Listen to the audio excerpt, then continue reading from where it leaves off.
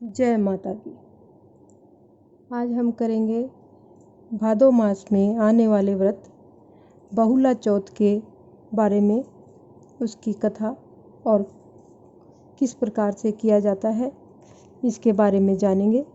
उससे पहले यदि आप हमारे चैनल पर अभी नए आए हैं तो कृपा करके हमारे चैनल को सब्सक्राइब कर लीजिए और घंटी जैसे दिखने वाले बटन को भी दबा लीजिए ताकि आने वाली नई वीडियो आप तक पहुंच सके। तो चलिए शुरू करते हैं हम बहुला चौथ की कथा। बहुला चौथ का व्रत भादो मास की कृष्ण पक्ष की चौथ को यह व्रत मनाया जाता है। इस व्रत को पुत्रों की रक्षा हेतु माताएं करती हैं।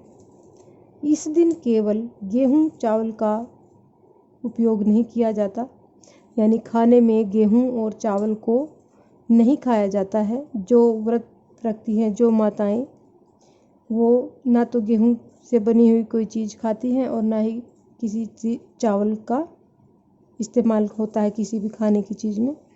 इन दो चीज़ों को छोड़ करके कुछ भी खा पी सकते हैं।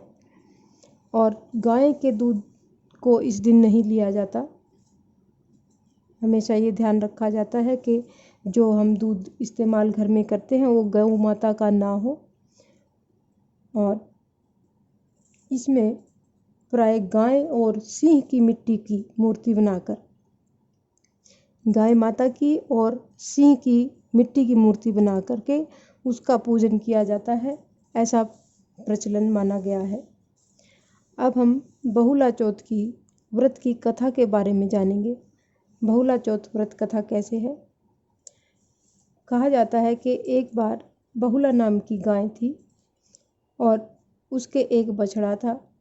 छोटा बछड़ा होने की वजह से वो दोनों समय पर दूध देती थी। तो एक दिन वो गाय चरते चरते जंगल में दूर निकल गई तो उसको वहाँ पर रास्ते में शेर मिला। तो शेर ने उसको कहा कि मैं तुझे खाऊंगा। तो गौ माता ने कहा कि शेर जी, आप मुझे मत खाइए, मेरा भक्षण मत कीजिए, क्योंकि मेरा दूध पीने वाला छोटा बच्चा है, छोटा बछड़ा है, और आप मेरे को कृपा करके छोड़ दीजिए। मेरा बच्चा भूखा है तो मैं उसको दूध पिला करके वापस आ जाऊंगी, तब आप मुझे खा लेना। तो इस पर शेर ने गौ माता को कहा कि तेरा क्या भरोसा, तू तो झूठ बोलती होगी, अगर तू नहीं आई तो फिर मैं किसे खाऊंगा। तो गौ माता ने कहा कि आप मेरे ऊपर विश्वास कीजिए, मैं अपने बछड़े को दूध पिला करके आपके पास ज़रूर आ जाऊंगी। शेर ने बहुला गाय को जाने दिया और कहा कि ठीक है, देखता हूँ तू वापस आएगी कि नहीं आएगी। बहुला गाय अपनी कोठरी में, अपनी जहाँ पर वो रहती थी, अपने बछड़े के पास आ जाती है और बछड़े को अपना दूध पिलाती है। जैसे ही बछड़ा दूध पी लेता है तो गाय कहती है कि मैं अभी जाके आती हूँ। तो उसने अपने बछड़े को अपनी वो कहानी जो शेर ने उसको कहा था आने के लिए कि भाई मैं तुझे खाऊंगा, उसको बताई अपने बछड़े को। तो बछड़े ने कहा कि मैं आपके साथ चलता हूँ और मैं आप गाय की बजाय शेर मुझे खा लेगा, आपको नहीं खाएगा और मैं शेर के आगे चला जाऊंगा। तो गाय ने कहा कि नहीं, मैं ही जाऊंगी, तू यहीं पर रह। ऐसा करते करते शेर वहीं पर उसी गुफा में, जहाँ पर जिस जगह पर वो गाय माता रहती थी, शेर वहीं पर आ गया। उसने दोनों माँ बेटे को देखा तो शेर ने सोचा कि ओहो, यहाँ पर तो भाई दो दो को खाने को मिल जाएगा, बछड़ा भी खाने को मिलेगा और गाय भी खाने को मिलेगी।